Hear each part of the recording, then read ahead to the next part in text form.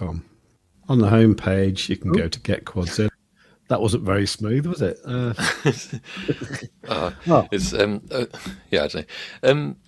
I added I noticed you're sharing two screens, so I didn't know which one to add back. So I hope I added back the right one anyway. But it seems so. You're on the Get Quadzilla thing at the moment. Well, sort of, right. yeah. Okay. By the way, good afternoon, everyone. Oh, yeah, that's a good point. Welcome to Save with Crypto. I'm here with this fella here, who's called Maff. He is the creator of that, which is, am I pointing the right way? Hang on. Other way, yeah, but that way, I think, yeah. Yeah. He is the creator of Quadzilla, which is our premium indicator. Now, what I was going to say was I made what I think is going to be the first of like many tutorial videos about Quadzilla. This one's just about installing it and like a bit of an overview. It's about 10 minutes long now, so I don't have to play it or not. I suppose we can do that if we get bored, can't we? We could play a little excerpt from it or something.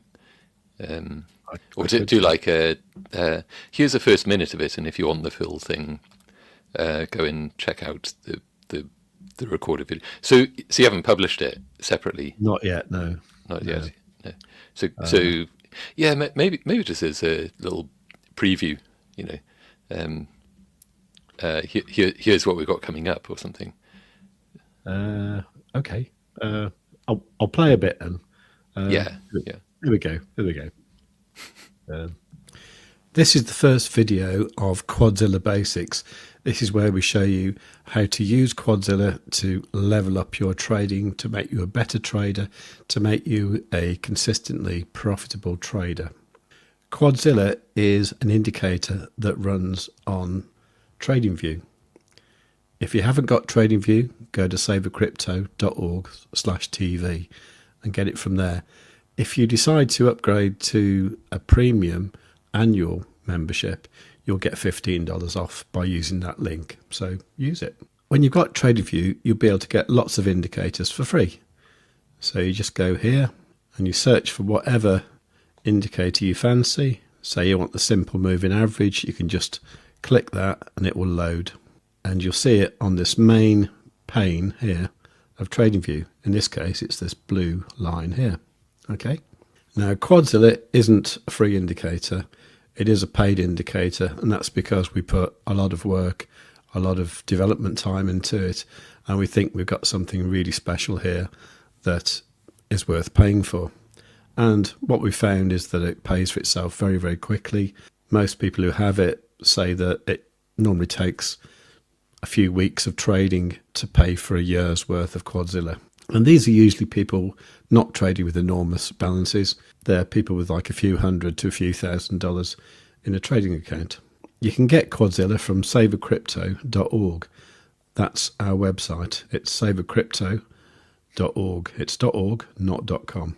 On the home page, you can go to Get Quadzilla, or you can go straight to savercrypto.org/QZ.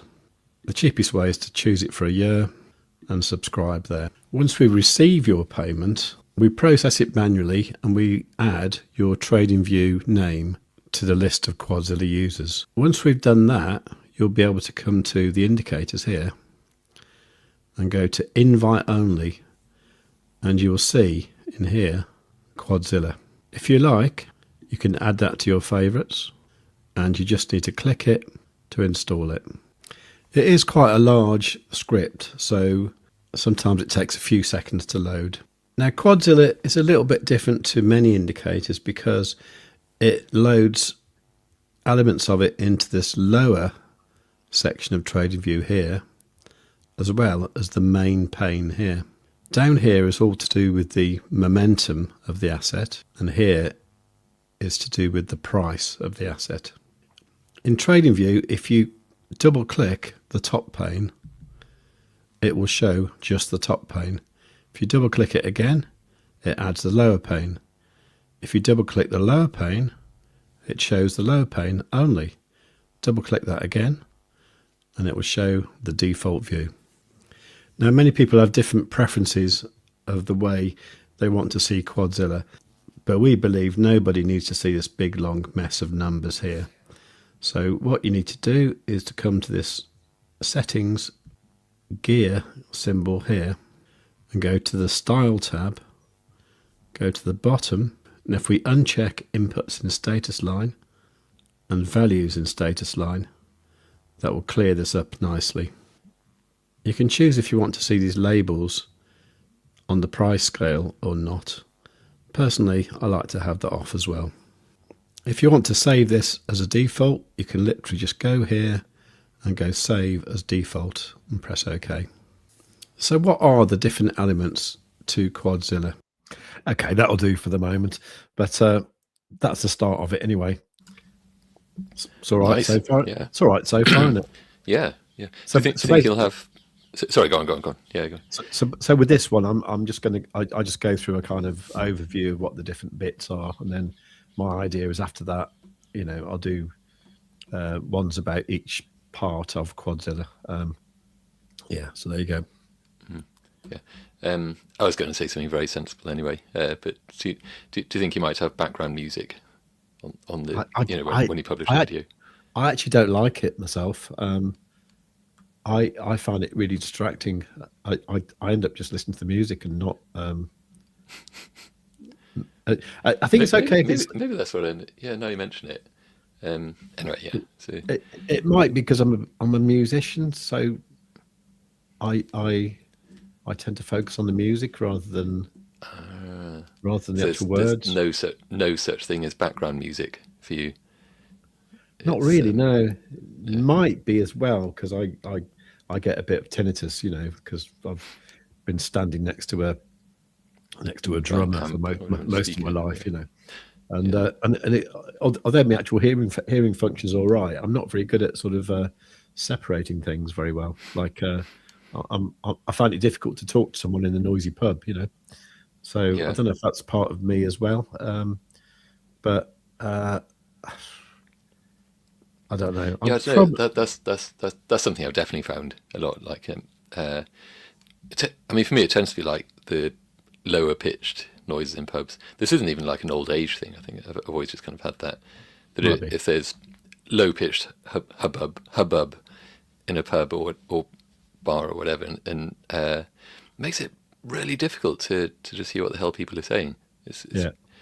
So yeah. Yeah, I'm not a fan of the music myself. I mean, if people really want it, I could do it, I suppose. But I find it irritating, to be honest. But that's me. I suppose if you want music, just put the radio on. That's true. Yeah. Yeah. What the hell are people complaining about? I mean, you wouldn't have if it worked like that, you wouldn't have like school lessons where they have a bit of Mozart playing in the background, would you? You know, while they're explaining quadratic equations or something. You know, I can't see it working. No, to be fair, yeah. Maybe I would have focused a bit more at school if that was happening. Anyway, you're just going to argue with me all day now. Yeah, just be contrary. No, I'm not. Anyway, that's the start of it. Anyway. But yeah, and part of the reason I did that is because my daughter got in touch yesterday, my big one, and she was getting a trading 212 account, and she was sort of saying, well, you know, I want to buy some stocks to go in me stocks ISA, and I was like, very good, that's a good thing to do. And she said, what shall I buy? And I was like, right. Well, first of all, give me a TradingView name, and I'll give you Quadzilla, because, like, you know, you're going to need a bit of an edge to sort of know what to buy and stuff. And I suddenly realised that, you know, I mean, she's very intelligent anyway, but like, I suddenly realised that if I'm going to suggest anything, she could do it herself. You know, she could like look at various stocks and stuff and work out when the sort of buying opportunities are with Quadzilla. So I thought I really need to explain this from basics, from somebody who hasn't actually you know, like used it before. I mean, she's used TradingView, but literally just looked at a candlestick chart and thought, okay, that's going down or that's going up. But yeah, anyway, so that's why I thought I'd actually get on with it. And and it's a bit overdue, isn't it? Anyway, I think the tutorial videos. So yeah, it's definitely good to we can start to just churn out a whole bunch of them really on different crypto TA type things. So nice infographic, by the way. That's wrong. Yeah. Good, isn't it? They're actually all the thingies off The TradingView. emojis and whatnot. Yeah. So I thought about explain myself. It's good when you can move stuff around, isn't it?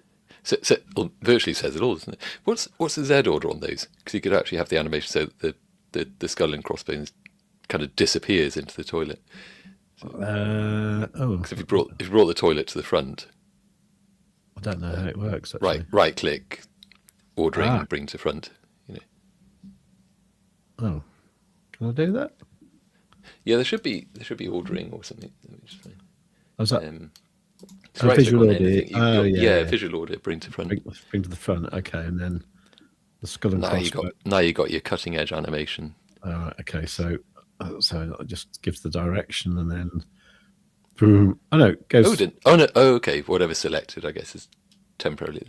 Oh, that's a shame. That's a bit disappointing. What can I do? The visual order, send to back. Yeah, I think when you select it, it's temporarily. So, like, if you deselect it, like move it down in front, there, now deselect it, and it should disappear. I think. Oh yeah. Oh, I see. Okay, right. Yeah. Okay. But when it's selected, it's just that's a shame. It's anyway. No, I just noticed that everybody's talking about these MAs. This is the 250. Is that what they use? Is it SMAs or EMAs or probably SMAs? I think. Is that what time period is that on? Is that a 3-day? That's on the 3-day time frame because I saw Carl the Moon do that this morning, so I thought he's definitely right. And he always is. He's it takes a little bit of rewriting history, but yeah, he's always right in the end. Crypto Rover, I think, actually mentioned that this morning as well. Oh, did he? Okay. Yeah. Okay. Tune in from time to time and watch these. I should have had a little doggy as well, shouldn't I? As well, then. and a moon, I guess. Yeah. And but yeah, I don't know. So all right, let's just remove the toilet and the skull and crossbones, or as my daughter used to call it when she was little, Charlie Crossbones. Which I don't know why. I thought it was quite sweet. Oh, look at Charlie Crossbones. All right, so is that actually crossing there? It actually pretty much is, isn't it? Okay, well, we'll give that as that can be a cross there, which is right now. It probably is different to Carl the Moons because I think he said it was going to happen on Monday. Okay, but so what's happened previous times then? That's what we're going to look previous at. Times it's crossed. So what do we want? We want the purple below the blue, isn't it? So that's that one there. Can't really see them properly, to be honest. Just, but I think that's my screen. Let me just adjust this. I can sort of see them on my other monitor, actually. Let me just adjust this. Sorry. I need to do that. I can make them white if you like. That's probably the way to... No, it's not. Yeah. Okay. I'm not having a good day today, actually, sort of... I've got a bit of a problem with transfer-wise. Okay. Yeah, they cancelled my business account. That's nice of them. Yeah, and kept all the money. Bastards. But so, I mean, for any particular, just they decided that they fancy doing that. Well, they said it's because your business isn't incorporated anymore, and I said, well, it never was. I worked as a micro enterprise in France. Yeah. And that's what I called it the name that my business name was called.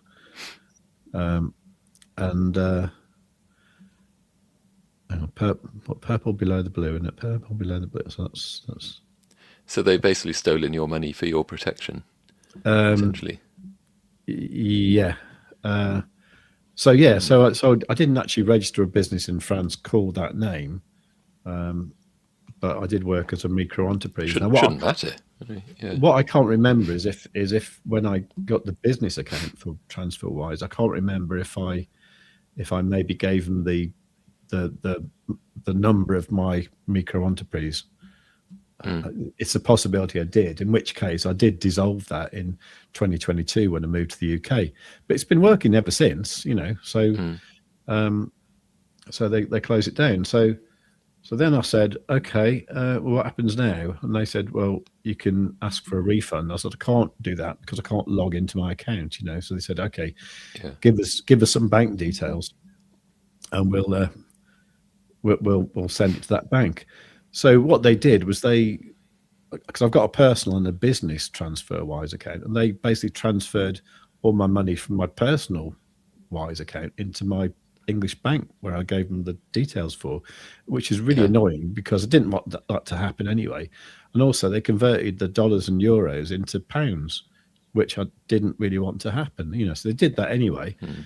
So I got back in touch with them and said, you've done it for the wrong account. You've sent, you know, you've cleared out my personal account, not the business one. And then they said, oh, we can't do the business one because it needs to be transferred to a bank account in the name of your business. And I don't have an account like that. So no. So what I've had to do this morning is go to Tide, which is like a bank thing. Yeah. Register a company in that name, and then now I'm waiting for. Well, I've given them the bank details for that, and hopefully they can transfer the money there. But oh man, it's like it's about £1,000, you know. Yeah. I think I've got a Tide business account still lying around somewhere and kind of unused. Because I started to use it, but then I got this invoice payment that went into it, and the company that sent that then said that they'd kind of been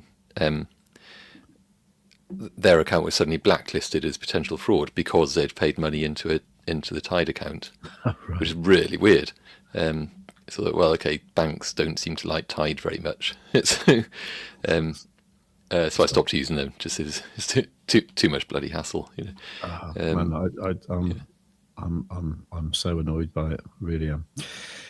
Oh God. Anyway, well, to me, I don't think there's enough data here to come to any conclusions, really, because that's going back to 2014. It doesn't happen that often, does it? No. But I mean, has it happened once? Or well, 1, 2, 3, 4. You can see that. The lines you put in. Okay. Yeah, I've just put some lines in. There's probably earlier ones as well, but that's just going back too far. Yeah. So what did happen? So this one back here in 2014 got the cross. Yeah, it did come down actually, didn't it? Yeah. I mean, that's the thing though, isn't it? Because obviously it's already heading down.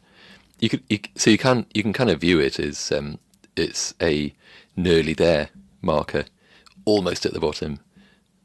So because that's from the top, or I don't know if it's from the top or from the top of that impulsive move down. So I don't know if it's from the very top or that last bit. But in any case, like the percent, it might be like, oh yeah, the price has dropped 90% ish of the distance it's gonna drop, and then leaving whatever's left. So from the top to the bottom, then it'd be like, you know, what percent. What's the best way to say it? So the total price drop from the top to the bottom. Say if you call that 100% of the price move, yeah, and then the percent down of that 100% where the death cross appeared. Does that make any sense at all? Not really. Because then it's kind of saying the price has dropped by, say, 90% of its total move, and that's left another 10% to go. So if that's consistent, we could say each time there's been this death cross, the 3-day death cross, then you could expect the price to drop a further 10%. Right. Do you see what I mean? Okay, well let's have a look then. Oh, so where am I going from, up there, or just I don't know. I thought the next, that one where you've got it, I think. Okay, let's go from there. Yeah. Okay, so that was a drop of 49%, which is quite big. So Yeah. from there, then to say like there, that was actually another 52%. Actually, that's, okay. So virtually, I mean, kind of fudging it a bit, but 50%. It means that it's kind of 50% of that. Yeah, I think because you're then remeasuring it from that point, it obviously isn't like 50% of the total move, if you see what I mean. Yeah. Because then it's hence a smaller drop from there. But that last bit, what proportion of that entire move down was that last bit? I think that's kind of what I'm getting at. Oh, I see. Yeah. Okay. Right. Maybe we should have rehearsed this a bit. I quite like the seat of your pants kind of thing. Yeah. Let me just. Well, I don't know. I was probably more interested in.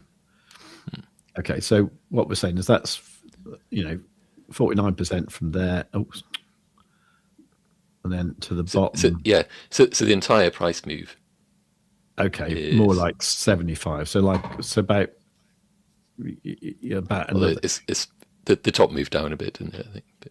I think it nudged down. Oh yeah, slight readjustment. Well, I don't know, something like quite a lot actually. I suppose about 80%. I suppose no, it's not that much. So the whole thing was 80-ish. Is it 80? No, it's more. Yeah, 77. somewhere between 77-ish sort of. Yeah. So if we just temporarily, if we call it 80, so there's an 80% price move down, okay. and what percent down was the cross? Because that's the key part of it, really. The cross was happened here, didn't it? Yeah. So what? So I see. That happened. So it's I don't know how we measure that really. That happened when it was 38% then. Okay. So do I calculate it? I don't know. Bring out the calculator. So you can ask me all them numbers again now, aren't you? It was 77. Was it 38? You said I think it was. Yeah, I think it was. I don't think they're going to correlate at all, to be honest. Actually. Well, it's kind of it's kind of halfway down. Well, that's in terms of percent, because obviously the percent shrinks. That's the thing. Because just in terms of like the absolute price, it isn't halfway down. But in terms of the shrinking percent, the further down you go. That's why it's weird. I'll have to. Maybe I'll do this offline from this, but I'll sit down and figure it out. So this one here from 2018, this one here, so it came down from that peak, came down about 66%, and then went down to 84. Oh, okay. Yeah, okay. Yeah, that's how we wanted.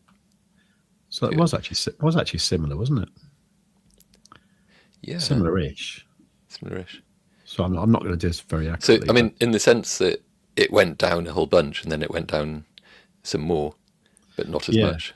So it's like we're maybe two thirds of the way to the bottom.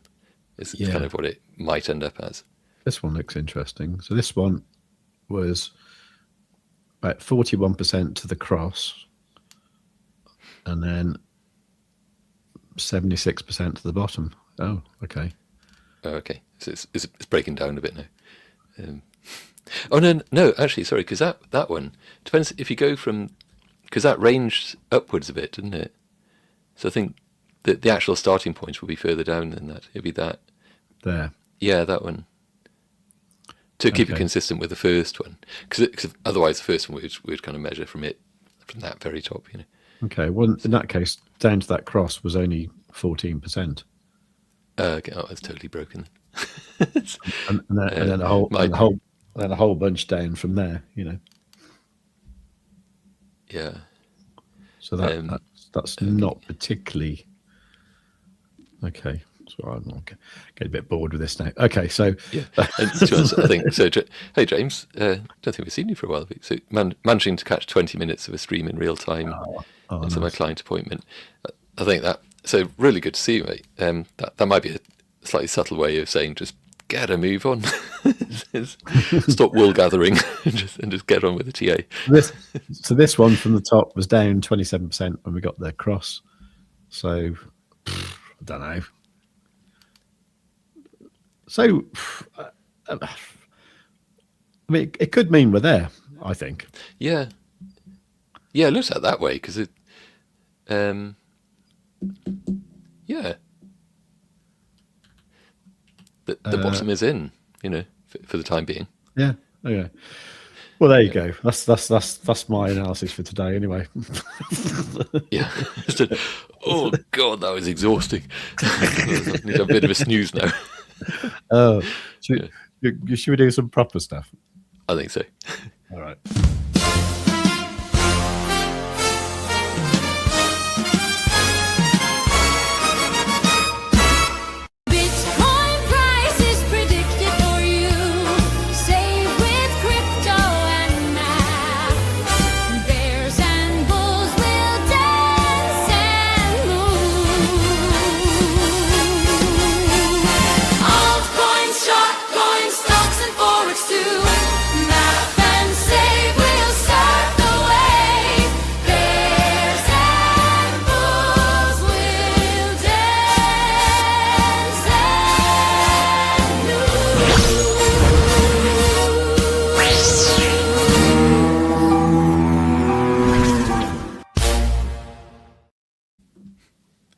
Okay.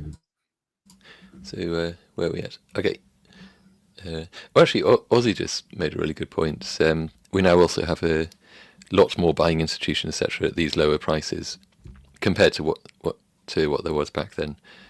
Yeah. So this time is different because it always is different. It's just obviously the similarities kind of outweigh the differences, but there's always differences. So yeah, and flush that toilet and move on. Yeah. Just before I hand over the baton to you, Sure. obviously we're having a bit of a dump at the minute. I did notice that this is the 1 minute, 3 minute, and the 1 hour. Okay, so obviously the 1 minute, starting to get a bit of activity down here with some super ups and all that kind of stuff. So possibly that could be turning around soon. On the 3 minute, getting lots of these trend shields, which means it looks like it could go back up, but not just yet. There's a lot of trend shields actually. Yeah, not yet. It's trying to tell us something there. I suppose the 3 minute, something like the 12 minute might be a bit more. 12 minute is super duper oversold there. Oversold, yeah. Yeah, so there is that. And then the 1 hour has come down to this retracement level here. So this hasn't gone quite low enough here on the 1 hour for my liking, but so there might be a little bit more downside. But I'm just wondering. I don't know. I'll see what you've got to say, but I'm just wondering if that might do something like that and then go back up fairly soonish. And yeah, I don't know. That's got that feel to it, isn't it? Yeah. Well, that's what I think anyway. But feel free to tell me I'm wrong or whatever. Feel free to disagree or agree. Either one's good, really. Yeah. Yeah, that's what Quadzilla telling me. I think anyway. Yeah. Quick couple of comments. So Scotty's saying Trump made crypto affordable again. Yeah. The guy can't stop winning. So I've made everything cheaper. People said things were too expensive, but now even crypto's cheap. Yeah. PPI in an hour's time. Yeah, expect volatility essentially. So see how that goes. Shall I? Oh, actually, what are the comments are there? I think actually Scott again was saying music helps me. So there you go. I kind of agree. To live without my music would be impossible to do. I'm not anti-music at all. I love music. It's just It's been kind of your life, isn't it, in a way? Yeah, I just can't concentrate when there's music going on. You know. Yeah. Because the music takes over, essentially. Well, It grabs your attention. Yeah, I think when I'm probably trying to concentrate on something, I'm thinking, that's a nice bass line. I like how that's fitting in with the bass drum. Oh, yeah, nice hi-hat pattern. That's what I'm thinking. Yeah. I'm not actually. I don't know. I don't know. Maybe I listen to music different to other people. I don't know. Yeah. Cyprian was saying hello from Dubai. Hello. Is Cyprian in Dubai? Or are you already spending your Bitunix winnings? Yeah, he's won the competition already. Yeah. Yeah. Exactly. Just thought I'd just get a ticket over there and just pay it forward. So nice. If you're actually in Dubai, congratulations. Stay safe. I know there's a fair amount of conflict, not too far away, really, or like potential conflict. So, at least you'll be warm. That's true. Yeah. Yeah. Okay. Shall I share the screen? Yeah, sure. And let's see what's what. Remove. Add. Yeah. So. Actually. So. This isn't quite what you might have been expecting to see. I was actually messing about a bit with Quadzilla, and it suddenly occurred to me that because like on the RSI you get kind of bearish and bullish divergence, regular divergence, hidden divergence, and so on. So I thought, what about Quadzilla? What about the momentum oscillator on there? Because I was just a bit curious to see how it would look if, I suppose, based on the quad stochastic average, whether like this is kind of automatically drawing in the sort of what might be bearish divergence there. I'm not convinced, by the way, if this actually works, but it's just like a bit sort of hey, let's try this out and see how it looks, So this one, it started drawing in there, so that it's detected a lower high just here for the stochastic average, the weighted average from there down to there. Whereas on the price, it should be a higher high, which I think is probably the case. So just if you do it from there up to there, so the open. Have you actually coded that in? Or sort of? Yeah, to be honest, for this, I actually just copied over the same bit of code from the RSI and plopped it into the script just to see, and then like linked it up to the stochastic average instead of the actual RSI. So I would probably for the real thing I would code it a bit differently, because these actually I'll just click that. So where did I go to? Just there. There's probably that one. Yeah, so that isn't it. I don't think I drew that very accurately. That line, because it's more from. Or maybe I did. If it's from that one, then yeah, it's kind of going. So the price is going up. So we get a higher high on the price and a lower low on the stochastic. So so that's kind of tracking the momentum, which suggests bearish divergence. And yeah, so the price does come down. It kind of identifies that, blop, down it goes, and then further on it just like it's also identifying that there's a weakening in the momentum, and then it does kind of play out, and like it eventually heads down 7 bars later. But so I don't know. Yeah, what was I saying? Yeah, so if I were to put this into actual Quadzilla, then I would probably just recode it, because the thing with the RSI indicators implementation of this is that it only actually kicks in some number of bars ahead, which isn't that much use, to be honest, if you're actually trading. It's useful as a visualization if you're looking back over price history, so you can kind of identify where the divergences happened, and you go like, oh yeah, that did it, and then you start to learn to just eyeball them, on the chart. But if you want it to be like a live thing, which I think we would, then I think it would have to be implemented differently, so that it's a bit more like, based on the current bar, rather than some number of bars ahead, But yeah, anyway, that's just like a potential work in progress. It depends, I just want to kind of see how. I mean so that one didn't really work. See there, you notice, because there it's plotted a low, a higher low, while the price kind of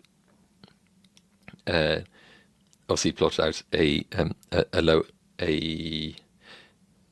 low. Sorry, yeah. There's a lower low on there, and a higher low on the momentum, which suggests bullish divergence. But then obviously the price just kind of came down, which is the opposite. So I don't know. I'm not convinced, but I think there could be something in that. It might just take some tweaking and things and so on. So in fact, what I might do, I'm just going to reverse back to the defaults. And maybe take out the did I put a thing in for those? I don't know. What did I do? Sorry, 1 second. Yeah, those. Okay. Right. Back to normal. So we were talking about this. If I go to the daily, yeah. If we start with kind of a overall view of this. Oh, actually, this, because excuse me, sorry, drew that in, I think, on the 1 hour, didn't we? So if we just quickly zip back to that for a sec. If you remember yesterday, we had kind of this. So there was this. We were kind of discussing about what kind of pattern this was, whether it's bearish or bullish, and so on. And I think it was basically kind of a could be seen as a bullish continuation pattern in any case, whether it's a bull flag or bull pennant or whatever. As it turns out, as the price compressed quite sharpishly, it of course didn't break up. It broke down quite severely to the downside. So there's going to be some explosive move in either direction. And so when it's a bullish pattern, it obviously it isn't certain that's going to happen. It's just the probability would be that just based on past price action, that the probability would be that the move would be to the upside. It doesn't mean that's going to happen, And sure enough, like blop, down it went. And I don't know if this is valid or not, but just because the lines I drew in, they got the extend line thing on them, but they've continued to have some level of relevance there, because like that actually became the kind of a resistance level that this is riding down. Broke above it, failed, came back down, almost reached that one and came back down. But this is very much one of those things. It's kind of like just should have listened to Quadzilla. It's a bit like they'll should have gone to Specsavers, isn't it? Just should have checked Quadzilla. So maybe that could be a tagline. I don't know. So essentially with this, we think like, well, what's the price going to do? But this was there, the retracement level in its step 3, was very much saying, hey, you know what, the price is going to drop down to here and drop further. You know, consider going short. Because that's a strong signal that the price is going to come down when you get to a step 3. Because the probability of these, I think, probably outweighs even the probability of a bullish signal, you know, suggesting upside.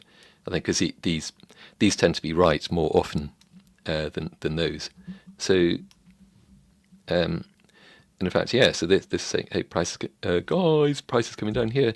Came down, dropped down exactly as you'd want it to, because you'd have entered a short. So boink down. Then this new one started drawing in its step 2, meaning that at that stage it's expecting the price to come back up to this level and slightly above, and then drop down further. And kind of bish bash bosh, you know, exactly that. So price came back up, messed around for a while, bit of ranging, showing a bit of strength, which it turned out was a fake out, and pretty big drop back down again. So we kind of got those steps, kind of. If you look at it a bit creatively, then you kind of got steps working their way down and continuing. So there's that.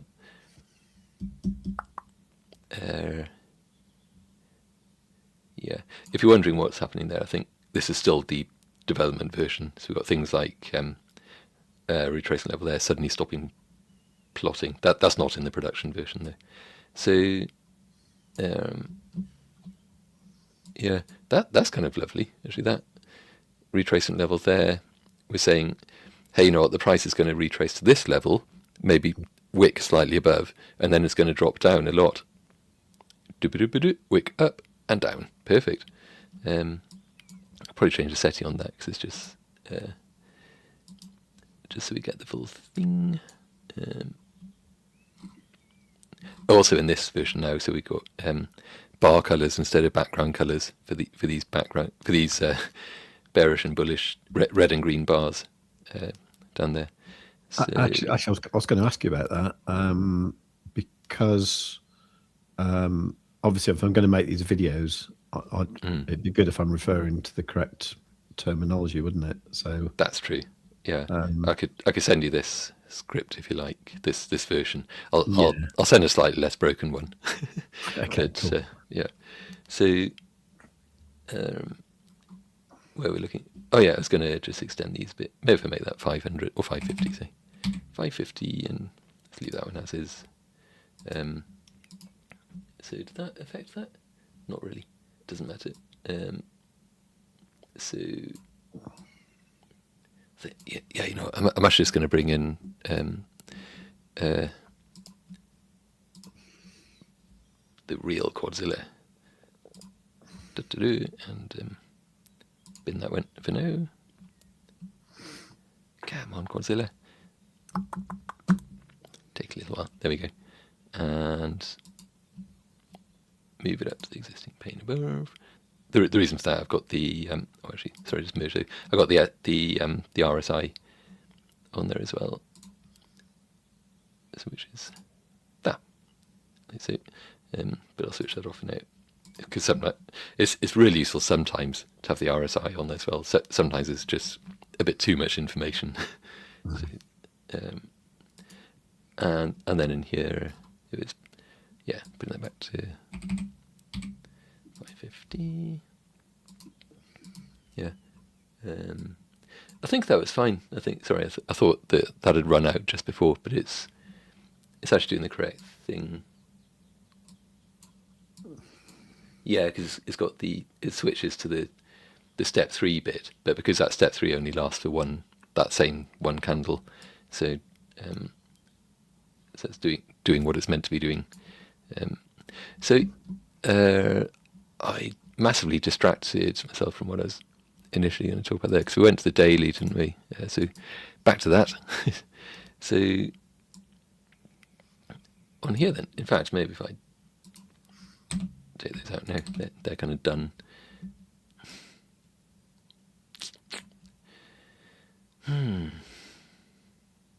Still can't quite get over that retracement level catching the low of that entire move. It's just like it's going to come down to here, then it's going to head up. Blink, blink, just pinpoint. So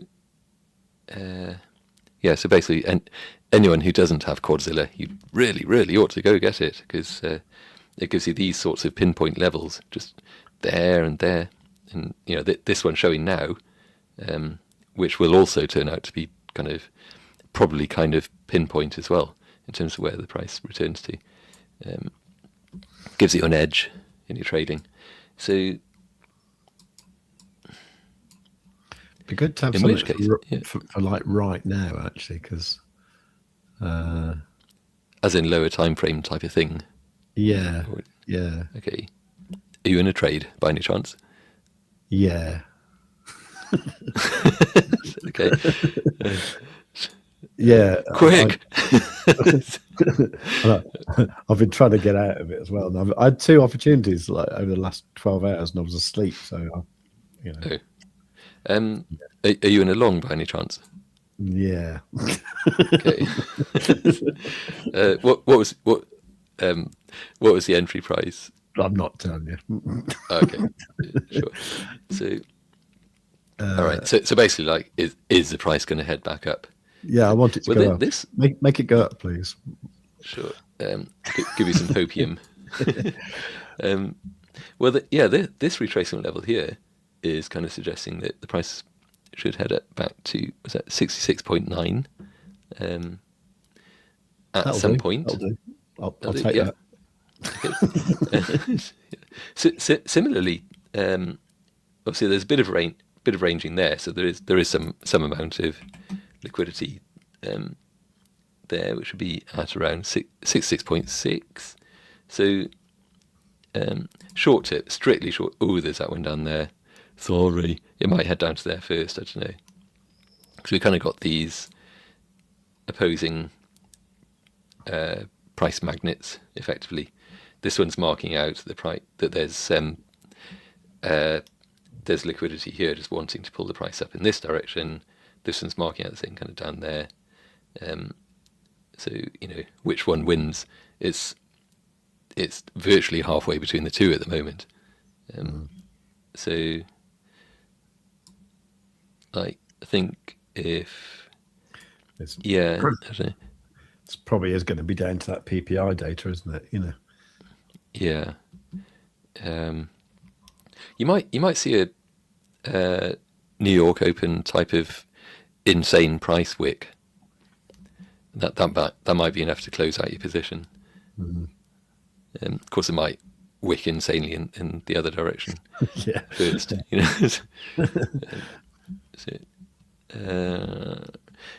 So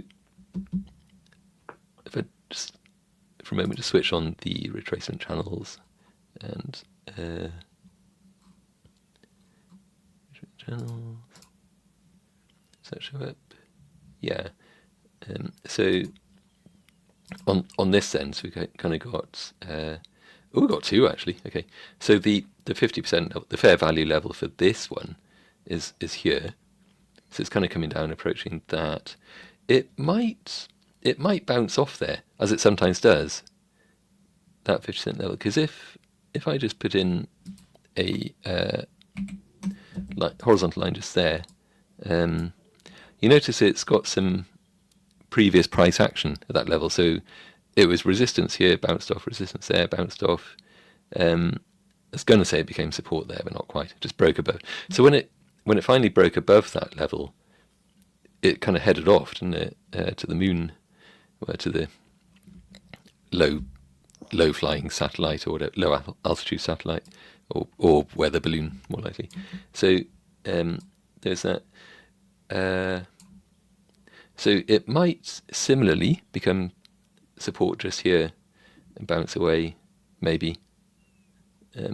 Depends.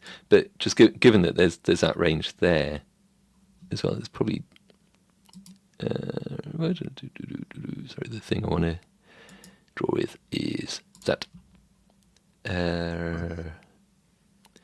kind of from that top anyway, isn't it? So we could be seeing that as a bit of an order block for it to dip into, maybe. So and in fact, because that other 50% fair value level is there, there's probably a bit of a range between those two. So it might well just come down and, we should bring it down in that case to 65.1, and up from there.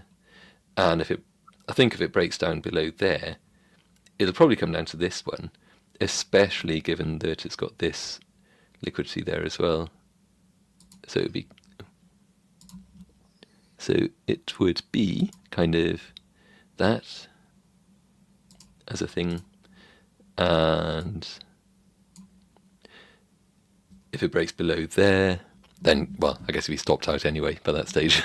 But if it does, then it might be down to, I'm kind of looking at this liquidity over here really, but also that actually, let's do that again. It might be kind of all the way back there, either down to there or down to there, something along those lines. Call it that.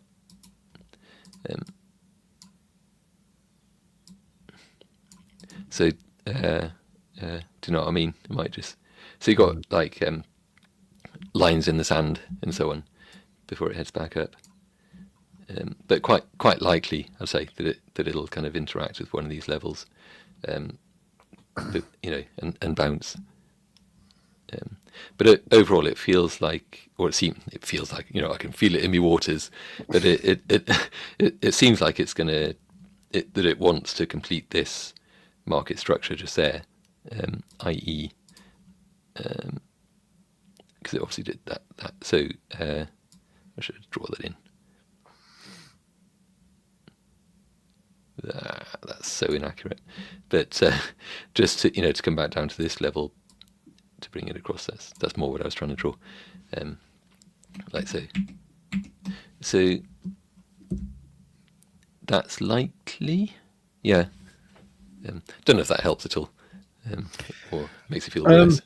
That's well, whatever. No, to be honest, I mean, yeah, I don't know. I just need to decide what to do, really. Okay. Look at that. Wow. Okay. Bit like, yeah, trend shield on the 3 minute is very much showing down this, and in fact, it's intensified a bit as well. So yeah. Even though we're getting the green bars suggesting a turn in momentum, trend shield is still, showing that the usual sort of, whoa, hold your horses there. We'll maybe see more downside first. It's a bit like James is saying here, the 5 minute has some retracement levels down, down, down, and down. Yeah. Oh dear. It does, doesn't it? Okay. Yeah, that's, I don't know, yeah, unless they're much further down. Oh, mine are these. It's suggesting that, so these would strongly suggest that we're going to kind of head to the upside. Maybe not straight away. I mean, it might even bounce off that level. These are all fairly similar on the different time frames. But yeah, so they're suggesting we might well head up there to these sorts of levels. But because they're bearish retracements, you'd expect an up and then kind of a further down. So it's always good to see that these agree pretty much on the different time frames, because I mean that box I drew in there was based on having a retracement level just at the top, and so that was on the 12 minute, so it shows up on the 5 as well, and that one is pretty close as well to that top. So other ones further below? No, it's just that. Okay. Yeah, that one makes for an interesting chart actually on the 5 minute, because that 50% level, which is between that level and I think that one, marks out that price structure. So we kind of saw the price move up from this kind of like this green area, the cheap zone between there and there, the fair value. So yeah, the 50% is the fair value. Down here is the cheap zone, and it kind of, so the price moved above that into this upper 50%, which is the premium zone. So when it's up there, then you wouldn't if you're range trading, then that wouldn't be a place to go long, because you're going to expect the price to kind of range back down again fairly soon, and that's kind of what it does. Just goes sideways for a whole bunch of time, and then sure enough finds its way back down. So that down here would be, funnily enough, a good place to consider going long, but that's purely on the range trading thing. So there you go. There's a bit of hopium, but just keep in mind the trend shield down there.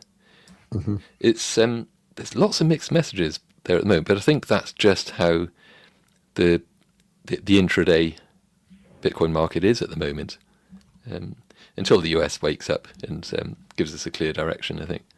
So, yeah. So we're just starting to get a green bar flashing a little bit on the 12-minute. No, it's gone again.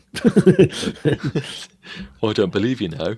It was there. No, imagining it, mate. Yeah, it probably was. No, yeah. So interesting. Because if it does, then that we could well see that head back up to there, 66.9. I guess we could also bring in, if I drop down again, maybe should go to the 1 minute. It's always fun. Yeah. Just now, I'll also switch off the channels, because they do kind of draw over everything a bit.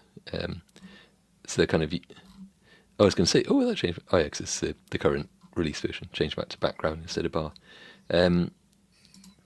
Yeah, the retracement channels are really useful to get a kind of a read on the market, and whether it's in the premium zone or the cheap discount zone. But generally, then you kind of switch them off so that you can kind of just see the woods for the trees and things. Mm-hmm. So,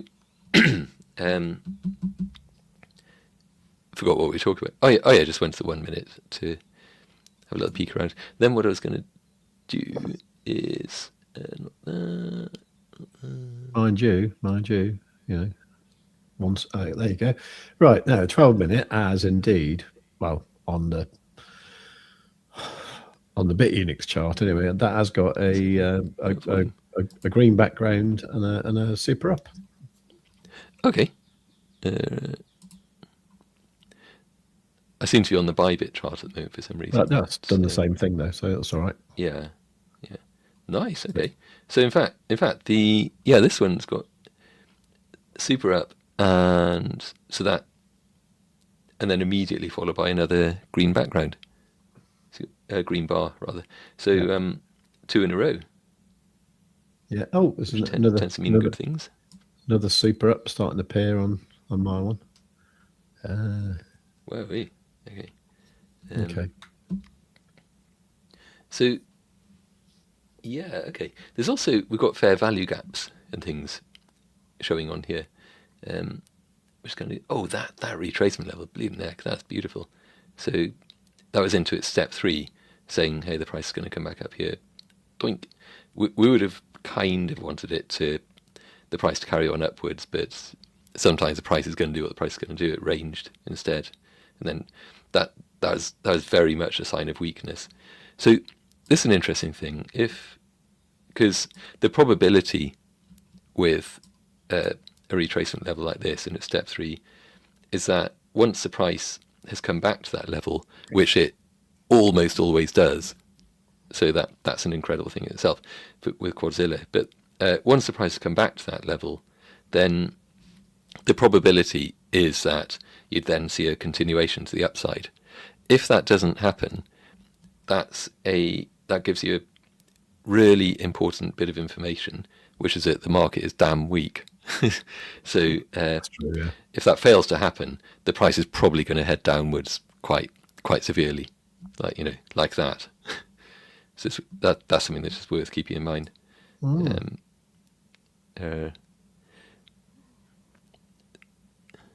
Yeah, it kind of happens like this. This one, I mind you that I think that one just got stopped out. To be fair, but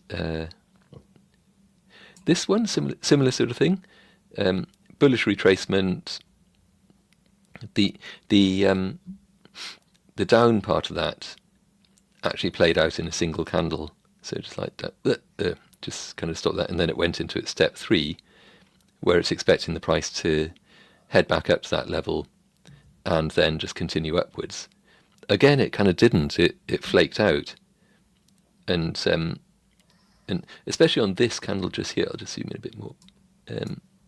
So on this candle just here, should I draw it as well? What the hell am I drawing? I don't know. Let's do that. That candle just there. It just came back down, didn't it? And then this one, you obviously kind of had the is it the Thor's hammer, whatever they call it, that kind of dropped back down. So that was quite a clear rejection. Especially this was saying like probabilistically the price would head strongly to the upside if there's strength in the market. There isn't. You can kind of clearly see that. So you got the fact that you got that rejection with a long wick, and this didn't lead to a strong upside move. So that again strongly says price is going to head down. Bang. In fact, even more bang. So all kinds of just chart like market reads that you get from these, just by viewing. If you view these in terms of probability, then it does give you that extra kind of edge view of where the price is kind of likely to be heading. So, and you know, that sort of thing. It's like where the price is almost certainly going to be heading. So yeah, so that's kind of nice. Good. Yeah. Okay. Scott, you were saying, can we have a look at ICP? We can. He's saying, can we see how low ICP could retrace to? Currently short. Retrace just to you got an extra O in there, Scotty. Trace to. Yeah, just sort of 0 out of 10. See me. So, well, look, just any old ICP, I guess. That would do, wouldn't it? Binance. Yeah. So what was the thing? He said, can we see how low it will go? Okay, currently short. Can we see how low ICP? Yeah. Sure. Right. I should switch off the fair value gaps and things. So it could go quite a lot lower. Looking at that, just on the 1 hour. It could, yeah. Well done. Yeah. Well done. That sounds like a very nice short. Yeah. By the way, if you took that short based on that retracement level, then wow, you know, this is why you need Quadzilla in your life. I mean, Scotty has Quadzilla in his life. I hear it scratches the furniture, but so that is bloody awesome. That's mad? Yeah. So I may have mentioned this once or twice, but for the sake of anyone who's who desperately wants to hear it for the 5th time, then these retracement levels, so that bearish one there is saying, you know what, the price is going to return to this level, kind of during this overall like market structure, which is all of that really. It's going to return to this level, probably wick above it in the same candle there, and then head strongly to the downside. Whoomp. Beautiful, beautiful. Yeah, that bullish retracement level there was doing the same thing. That was in its step 3. So by that stage, this is saying, hey, the price is going to come back to this level, and then it's going to head strongly to the upside. Bang. So as soon as you see that, you would strongly consider entering a long position, because it's a pretty safe bet. Let me just put those back. I hid these. Oh, actually, that's fine. I'm curious to know, actually, if I put on the statistics for this chart. So retracement levels. So this is for ICP on the 1 hour. Yeah. So how often do these retracement levels come true? Essentially, so the bearish step 2, which is this one, they come true 94.5% of the time, and bullish step 2 is at 95.8, and the step 3, which is that, they come through 95, nearly 96% of the time. So that's kind of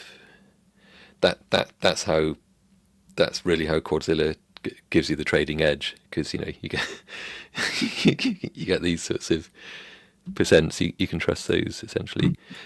When you trade with them, obviously still set stop losses and be quite strict about them, because if the price kind of goes a bit too far in the other direction, then just let it get stopped out fairly quickly and just go again. Get a better entry, and you can use the momentum indicator down here as part of Quadzilla in order to get that better entry. So yeah, just kind of see it as a series of trades that you might get stopped out a few times even, but then when it goes, it goes. So anyway, yeah. So Scotty, looking at that, it does kind of look like that's got some more downside to come just yet. It's a bit of a first glance thing, I guess. I should look on the 12. I mean, let's open up a green bar on that. When it's got these, and what level was the 1 hour one? That was at is that 2.1, 2.12 thereabouts. It's on the 12. Also there.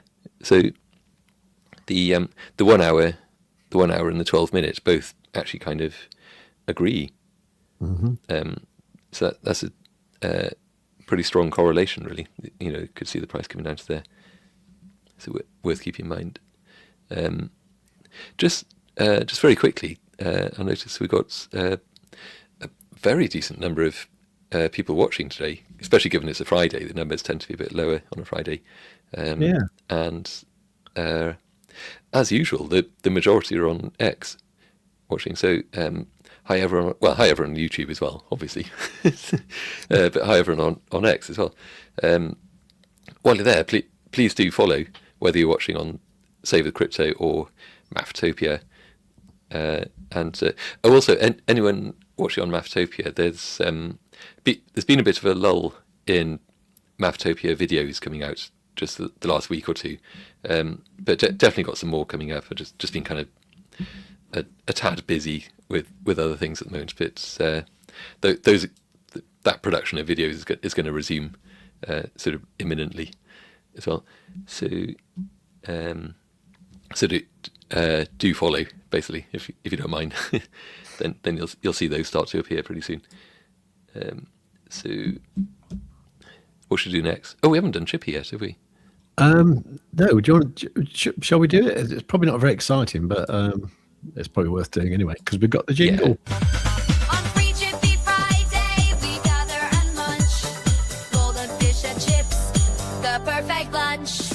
By the seaside with girls in a flock, we savor the moment on Chippy Watch.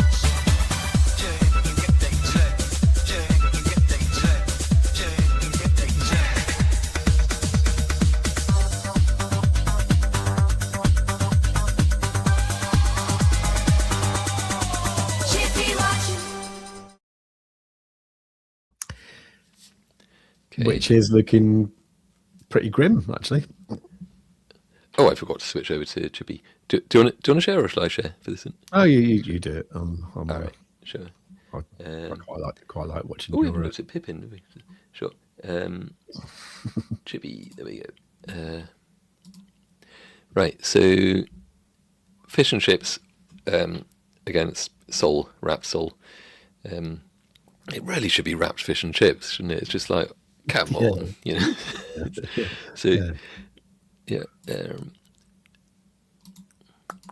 Okay.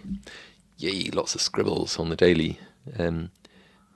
Yeah, you're right. It's not too interesting at the moment, is it? Just Not really. much It's happening. on its arse, Accumulation. really, isn't it? Yeah. Sorry, that's the technical word, isn't it? Yeah. Yeah, so to sum up, arse. Like I say, every single week it needs something to happen. It needs the next stage of whatever's going to happen. You know, apparently there was supposed to be some update yesterday, but I don't think it happened. So, yeah. I mean, an interesting thing here is that retracement level kicked in back there, sort of was that near the start of January, 7th of Jan, and carried on. And of course, as tends to happen, that level has remained relevant. It was a bit of resistance going along there. Now it's kind of support. It's a level that it can't get away from. Put it that way. Yeah. It's a skewering level, isn't it? Yeah. So it needs that to happen, and it needs that to not happen. Yeah. But it does mean if you go and get fish and chips today, it means you should get a reasonable amount of rewards today. That's very true, actually. Yeah, I think I might do that. That's kind of how I always think. I think if it's down, then it's probably a good Friday to get fish and chips. And yeah, definitely. So the only thing is if the current timing is considered to be kind of not great to release Chippy 2.0, so then I wonder how long we're going to have to wait. So do we wait for the absolute bear market low, which we like towards the end of this year, I think, like maybe Q4-ish of this year, or just when we kind of enter the new bull market, in which case see you in a couple of years, for that to really kind of kick in and get started, I suppose. I don't know, just needs to happen, doesn't it? Really, it's a bit like having children, isn't it? Like when's a good time to have children? Never, really. Well, probably when you're about 60, but like financially settled and so on. And but if you don't do it, and it'll never happen. So damn, make it happen, TMG. Please, just do something. Just bloody release it. If it's genuinely ready, just do it. There was actually someone in the Telegram, in the Fish and Chips Telegram yesterday who responded to a thing I said, which is when I was there a few weeks ago with my eldest daughter. We were talking about the Chippy thing as we were queuing up and stuff, And when I came to do my order, the woman said, "Oh, and you want a receipt for that, don't you?" And I said, "Yeah." And she said, "From the till or from the card machine?" I said, "It doesn't matter as long as it's got the date on it." And she said, "All right, so you get your money back either way, do you?" And I was like, "Yeah, I do." And she'd obviously overheard our conversation, and I realised why I'm there every Friday. And I kind of said that in the Telegram. I said, like, in a way, I'd love to sort of have a conversation with her about it. But as soon as you start talking about phantom wallets and Solana and stuff, it'd be over her head, wouldn't it? Because she just works in a chip shop, And then someone replied saying, "Yeah, they need to make it real simple, where you basically, buy your Chippy with a credit card or something like that, with like a Chippy app or something, And you make it completely easy, which is, They do. I mean, whether the appetite is there or not for that. I'm not sure, but I mean, that, to be honest, that actually totally reminded me.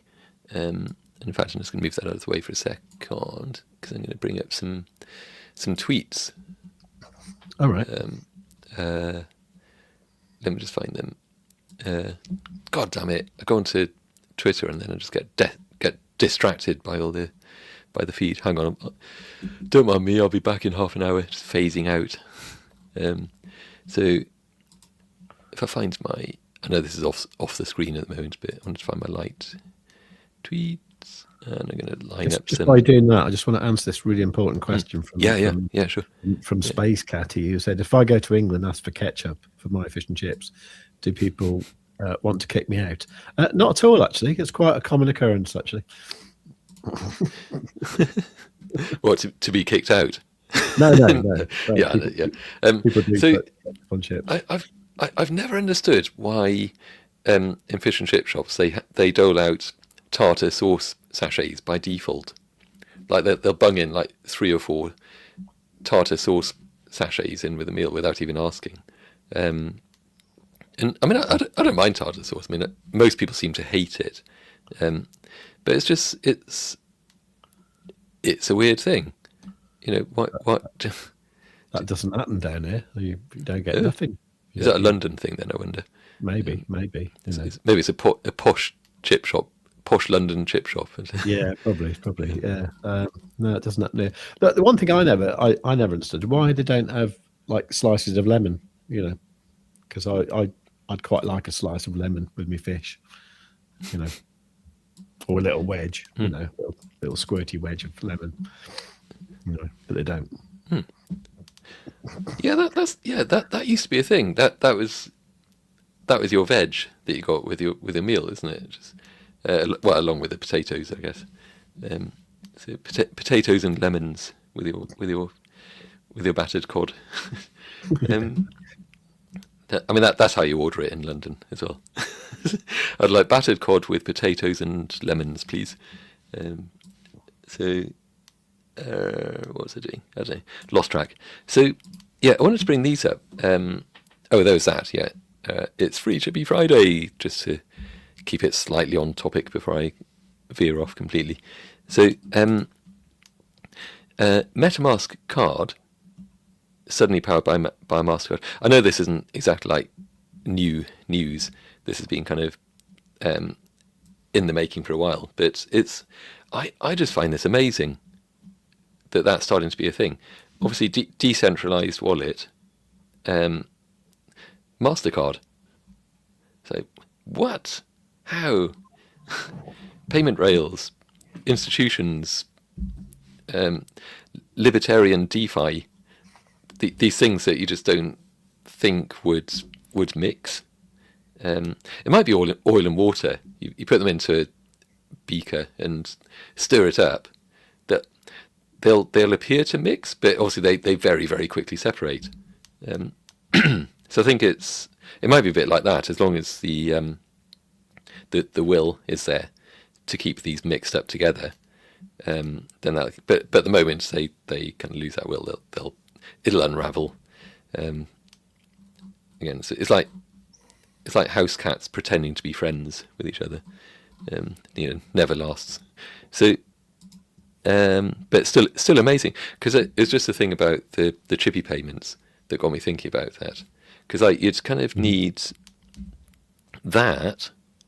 Ideally, a phantom wallet, where's excuse me, sorry, where's Phantom with their MasterCard? we very much need that to happen, and we need to be able to sort of spend selected tokens through that effectively. So you would kind of just go doink, spent chippy coins, and some smart contract magic happens, and those chippy coins just get replenished if you do it on the right day and do the tweet and so on. Yeah. I mean, it's just given we got this. I want to be shaking this. Yeah, this. Given we've got that happening, why isn't that happening? There's not that much of a gulf, I think, between the two. If anyone's kind of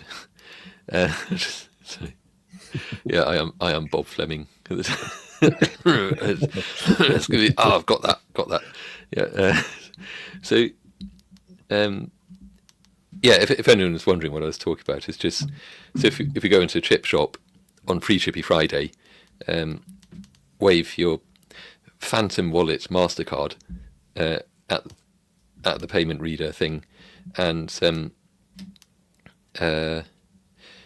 you kind of pre-selected Chippy tokens or whatever. It could item, because these transactions get itemized, don't they, in the payments? So like there's a type. So if it's Free Chippy Friday and the type is, I don't know, fast food or something like that, if it goes that granular in the categories, then that would automatically just be replenished. So something like that, along with a tweet as well, so to make it happen. Anyway, there's other news. Solana now controls, so very Solana, pro Solana Twitter account says Solana now controls 49% of the AI agent micropayment market. That's pretty big. So AI agent micropayments, is that going to be the future of basically transactions, just payments, commerce? Quite likely, because as humans get more and more removed from the day-to-day drudgery of living, you don't need to do that, mate. Just settle back, says your robotic servant, kind of pushing you back into the chair.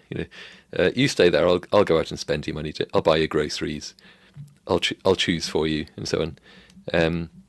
So as that happens more and more, some kind of payment rails, ideally like crypto-driven, crypto-basis payment rails, needs to be at the centre of that. So why not Solana?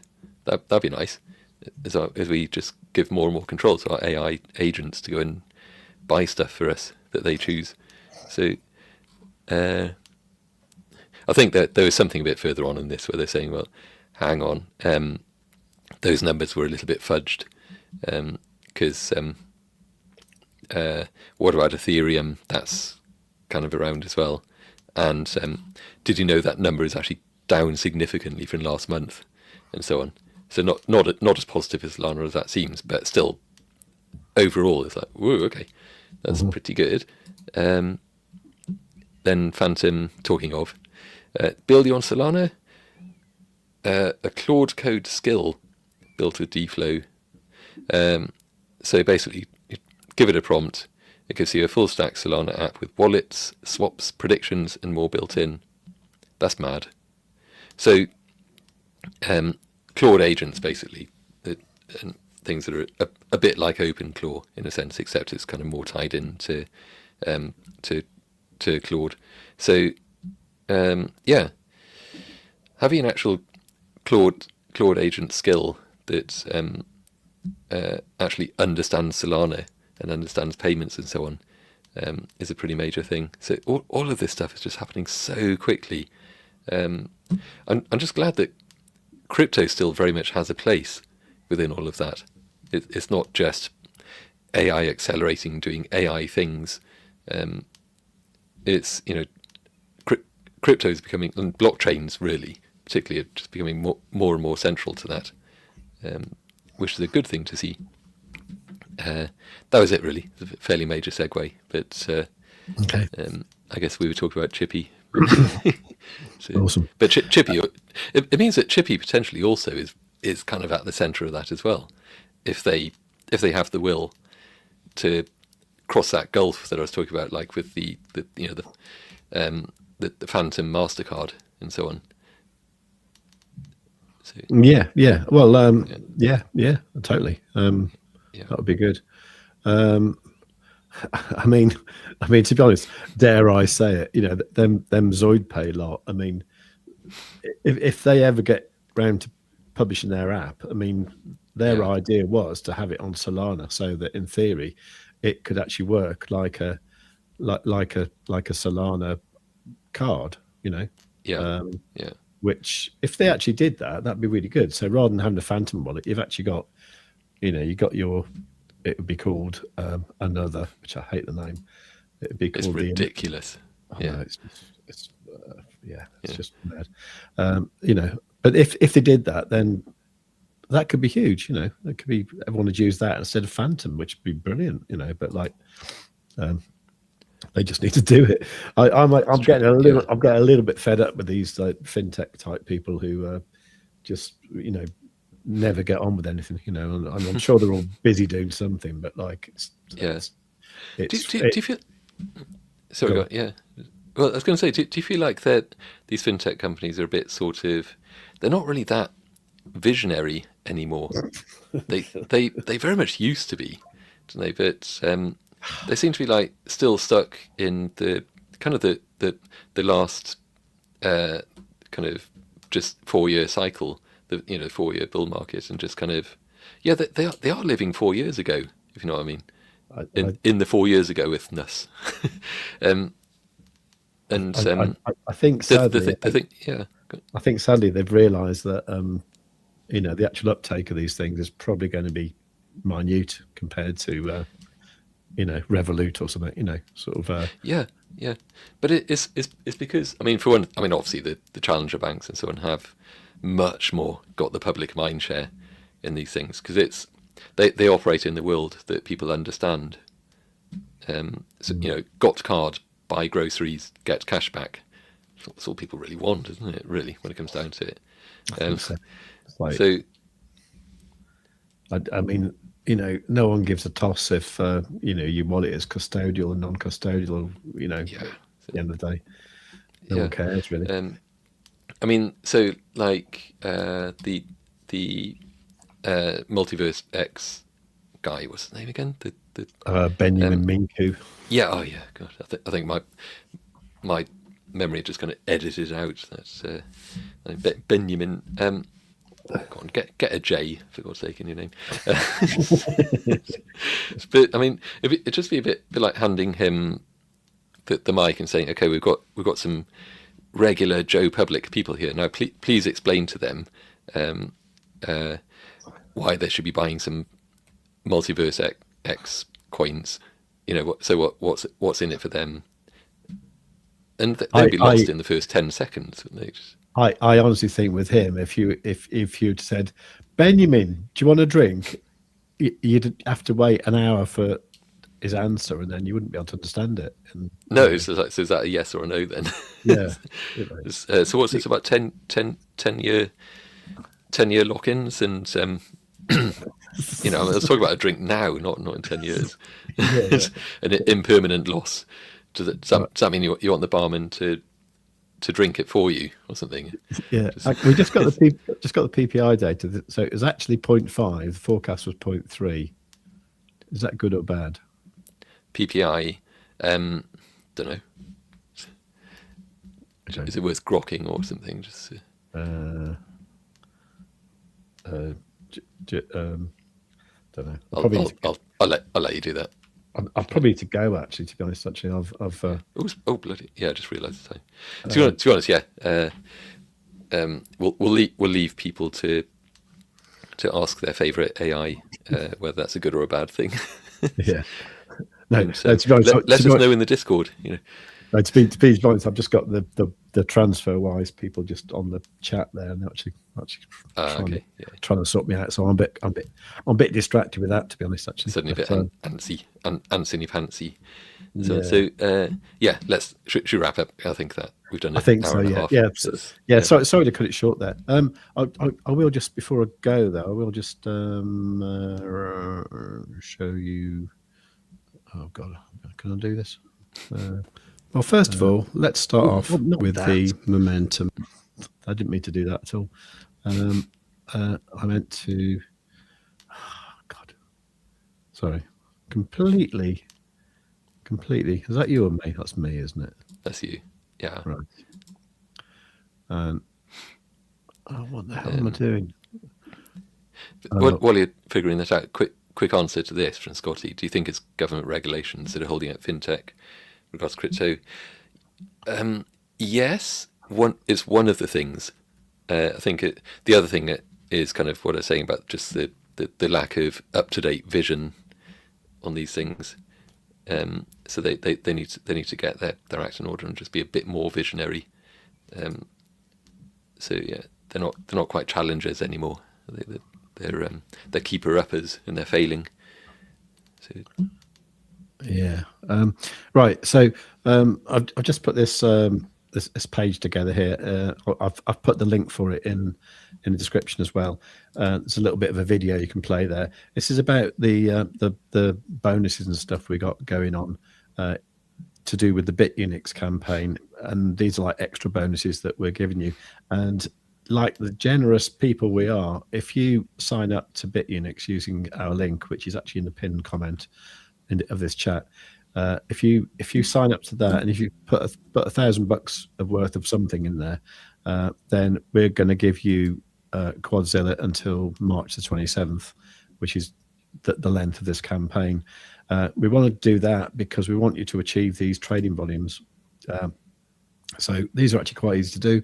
125k gets you a little bit of cash, but then I think these middle ones are quite achievable, like 1 million, 5 million sort of thing. I know it sounds mad, but as I think it was Scotty pointed out yesterday, if you had 10 grand and you went 100x and did one trade, that's $1 million. You know, so you know, that's doable. With that, we're actually going to give you 12 months of Quadzilla with that one, plus you get $100 from Bitunix. This goes up to iPhone 7, Apple Watch, and a vacation in Dubai. That's all there. So as I say, this link is in the description. If you go to get started today, it will take you to that page there. This is the link that's pinned in the thing pinned in the thing upstairs upstairs at the top of the chat. Sorry, I'm not concentrating very well, am I? I better just go. Look, have a lovely weekend, and trade safe, and we'll see you Monday. I'll do some videos over the weekend as usual, and all that. So it's good night from me, and it's goodbye from likewise from him. Yeah. Take care, everyone. Bye. Cheers.